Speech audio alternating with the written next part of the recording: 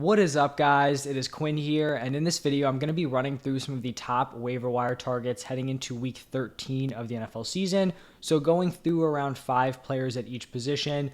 These are going to be guys who are available in 50% or more leagues. I'm going to be using the ESPN waiver wire to get those numbers. As always, if you guys have any fantasy questions, it could be waiver wire, trade targets, start sit. If you drop those down below, I will get back to every single person. And then if you guys do enjoy the video, do me a huge favor, hit that like button, subscribe to the channel. But let's just jump right into the running back position. And I'm going to start it off here by talking about Gus Edwards, who is currently owned in 40.3% of leagues. He's someone that I have been talking about over the past few weeks. He's been banged up with injuries, but when he has been healthy, he has been the Ravens running back one, ever since J.K. Dobbins went down. And then Gus Edwards did return from that ACL. He is back from injury. He just came out and dominated the running back opportunities. He had 16 carries. This wasn't even like a tight committee here with Kenyon Drake and Justice Hill. Gus Edwards, 16 carries. Kenyon Drake 2, Justice Hill 1.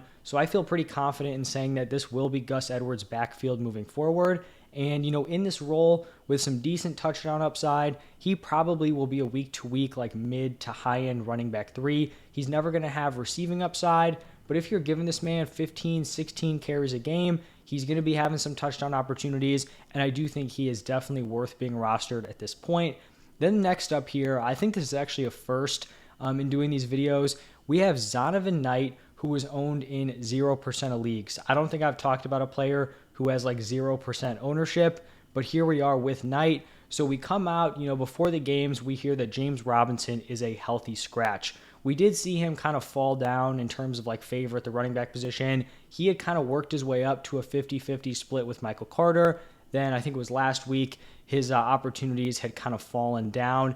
And so, I was just expecting him to be the RB2, RB3 moving forward. He's a healthy scratch. So it kind of looks like this is going to be Michael Carter's backfield, and he's going to have a big day. We were hearing all the stats about, Mike White checking down to the running backs. He was a check down machine last year to Michael Carter, to Ty Johnson. So it looked good for Michael Carter heading into this game. Then we see Knight just come out of nowhere, lead the running backs in snaps, carries, and targets. It does look like Michael Carter is dealing with an ankle injury, but Knight was involved, before Michael Carter was hurt. Like, this was a pretty decent split early on in the game between Knight, between Ty Johnson, and then between Michael Carter. So I'm not going to come out here and say that like Knight's going to be the clear-cut running back one moving forward. Like, I doubt I list him as even a fringe option in my running back start sit, just because I do think this backfield is pretty much an unknown moving forward. But if Michael Carter's going to miss some time, or maybe even if Michael Carter doesn't miss time,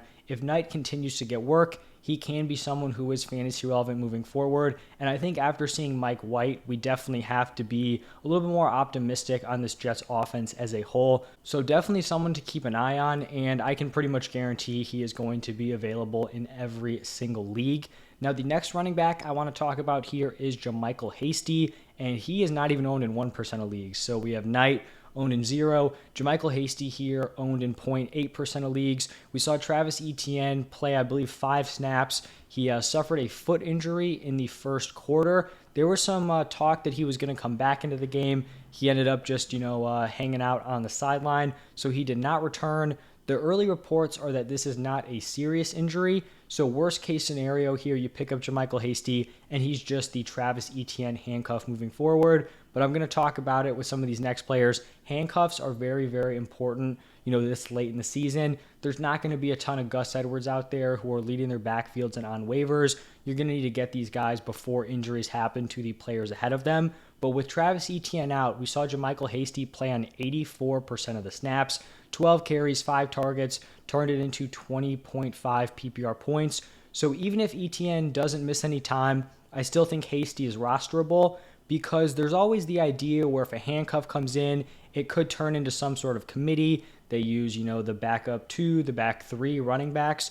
In this case, it looks like if Travis Etienne misses any time, JaMycal Hasty will basically just inherit that Travis Etienne workload, which will be very valuable. Now we're going to move over to another player who is a handcuff, Samaje Perine. Now I imagine in, competitive leagues, maybe even like semi-competitive leagues, Samaje Perine should have been picked up, but it's also possible he gets dropped with Mixon likely coming back. So Pirine right now on ESPN leagues is only owned in 45% of them. He comes out with Mixon with a concussion, has a big game, 17 carries, 58 yards, 1 touchdown, 7 targets, 4 receptions, 35 receiving yards. Turns that into 19.3 PPR points. If Mixon misses another game or, maybe suffers an injury within the next few weeks, Samaje Perine basically has to be valued at probably a high-end running back 2 at worst. This was another situation where the handcuff comes in, and instead of divvying up this committee backfield, they just, took Mixon's workload, they handed it over to Samaje Perine, and that is a very, very valuable position to have. So same thing with JaMycal Hasty. Worst case scenario, Perine is just a handcuff moving forward and one of the best handcuffs in the NFL. Another handcuff here, Alexander Mattison, owned in 23.5% of leagues. Just the Dalvin Cook handcuff, and should be owned in basically every single league as like a bench option if Cook does get injured. And then just honorable mentions to Kenneth Gainwell and James Cook. Maybe they don't have the full-on workload if their RB1 goes down, but 2 players who likely will be involved if an injury happens ahead of them on the depth chart. Now moving over to the wide receiver position, this may be one of the best weeks we've seen at the wide receiver position in terms of waiver wire pickups. We have some new names, but we also have some returning names that I've talked about over the past few weeks. And I think I'm going to start it off here with Donovan Peoples-Jones, who is owned in 42.1% of leagues. And he actually went out, we had some hype building into this week, and then he kind of goes out and has his first down game in a while, targeted 4 times, only caught 2 of them for 16 yards. Before this game, he actually had 7 straight games with 50 or more receiving yards. So this definitely was a step back here for DPJ. So I wouldn't be surprised if people picked him up, maybe even put him in their flex and he disappointed. And then they're just like, all right, I'm done with this dude, dropping him. But I think Donovan Peoples-Jones could be very, very valuable moving forward. We have Deshaun Watson, who is going to be returning from his suspension. He will be able to play here in Week 13. I think that is going to be a massive, massive upgrade to this passing attack. And I think Donovan Peoples-Jones has proven he is a talented weapon. He's been giving you decent production with Jacoby Brissett at quarterback. I think he could be a legit top 24 wide receiver rest of season. And it's going to be pretty rare to see a guy like that just sitting on waivers. So definitely someone to look at this week. Then we're going to go over to my guy Treylon Burks, owned in 36.8% of leagues. I kind of talked about it last week. He had a big game, but the usage wasn't great. You still had Nick Westbrook-Akine and Robert Woods leading in the route participation department. Treylon Burks basically closed the gap with those guys. You saw a bump in the usage with an 81% route participation, had 6 targets, caught 4 of them for 70 yards, and then he kind of got lucky on the touchdown. Basically, Derrick Henry takes like a screen pass, 70 yards, fumbles on the goal line, and then Treylon Burks recovers it for the touchdown. Still counts for fantasy. Over the last 2 weeks, his 2 games are 18.1 and 17 PPR points. I always talk about it with these rookies.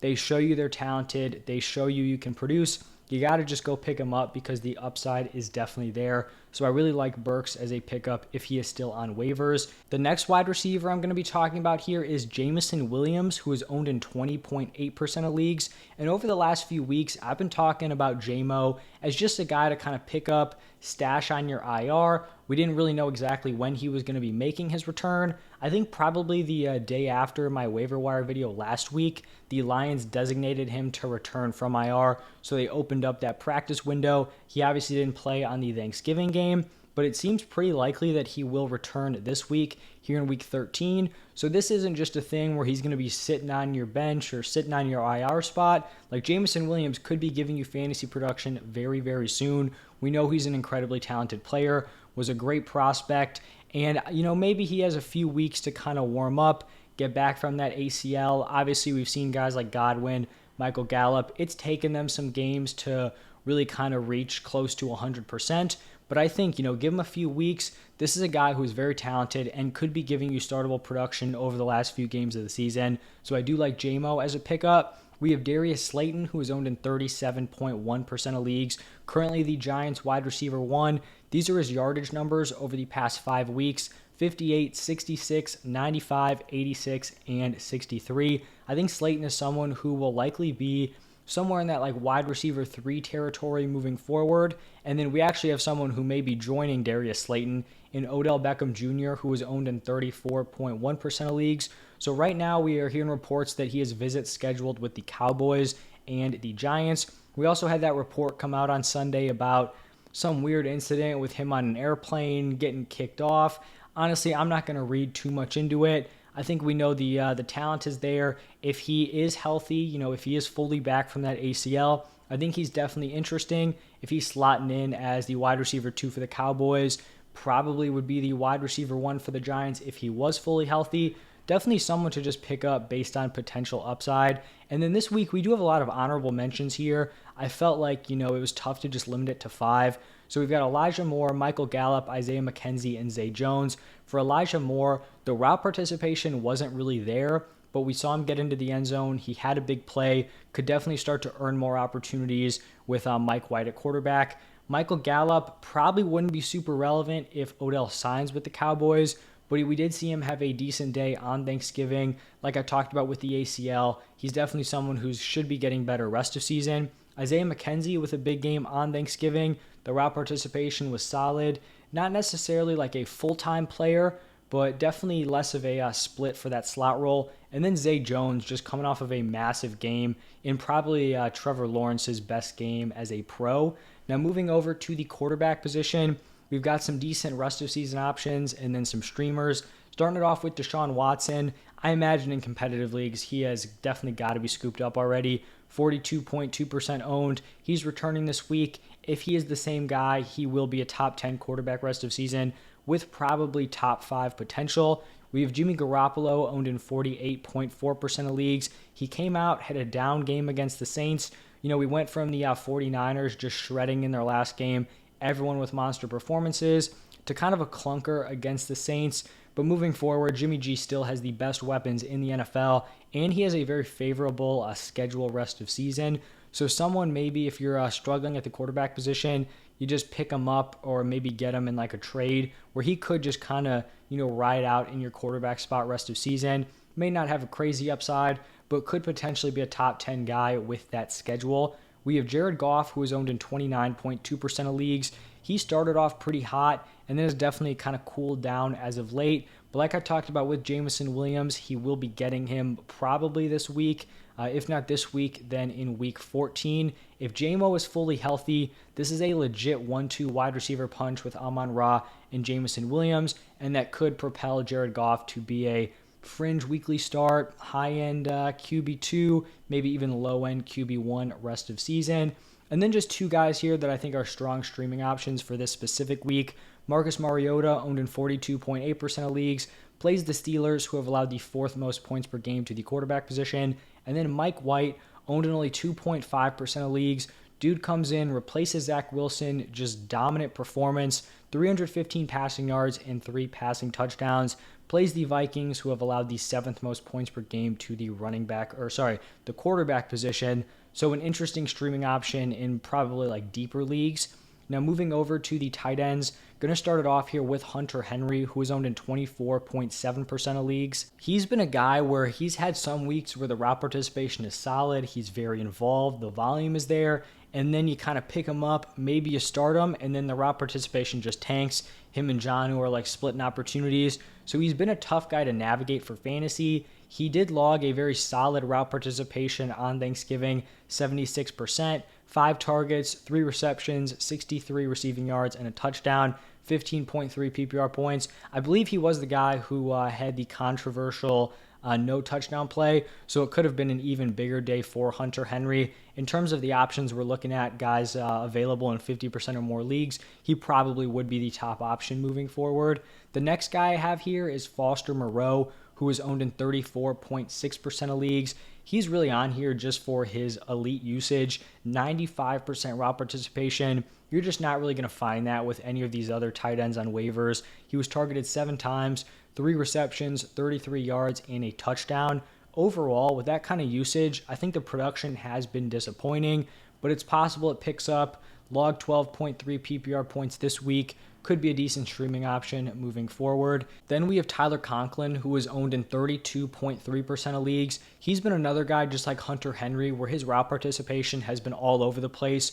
Early on in the season, when CJ Uzomah was out, Tyler Conklin's route participation was elite, like 90+%. Then he had kind of fallen off, was in the 60-50 range, which just isn't startable at the tight end position, especially on a Jets offense led by Zach Wilson.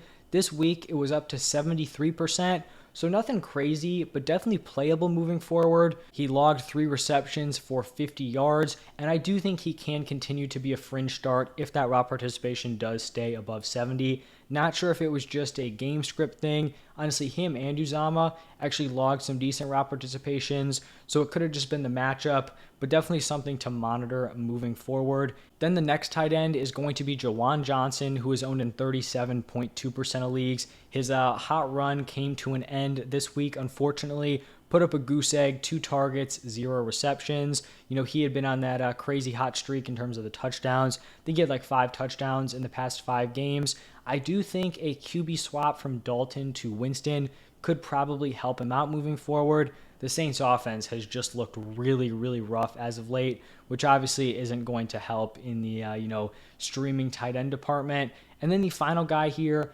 unfortunately, my guy Greg Dulcich has kind of really fallen off over the past 2 weeks, owned in 46.2% of leagues. He came into the season pretty hot, 3 straight double-digit performances. Now he's had back-to-back dud games. He did have a touchdown called back in this game, but, if you started him, had him on your team, that's just not going to help you out. The overall usage, like route participation and the talent, I think is there. The issue is this offense is just rough. Broncos as a whole, offensively have just been atrocious. Russ has not been good. So that's really the thing that's been holding Greg Dulcich back here. But same thing for Juwan Johnson. If the touchdowns aren't there, the volume isn't there, it's going to be tough for these guys to produce for fantasy. And now moving into the final position, we have the defenses. Honestly, probably not an elite week for streaming defenses, but definitely still have some viable options here. Starting it off with the Browns, who are owned in 9.3% of leagues. They go up against the Texans.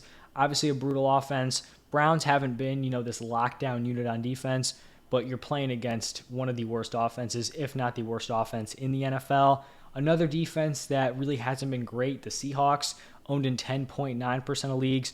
They go up against the Rams. Another matchup here where you're just betting against an offense, obviously with the Rams here. Packers, owned in 45.3% of leagues. They match up against the Bears. Bears, if they don't have Justin Fields, probably not going to be pretty moving forward. Vikings, owned in 27.6% of leagues. They go up against the Jets.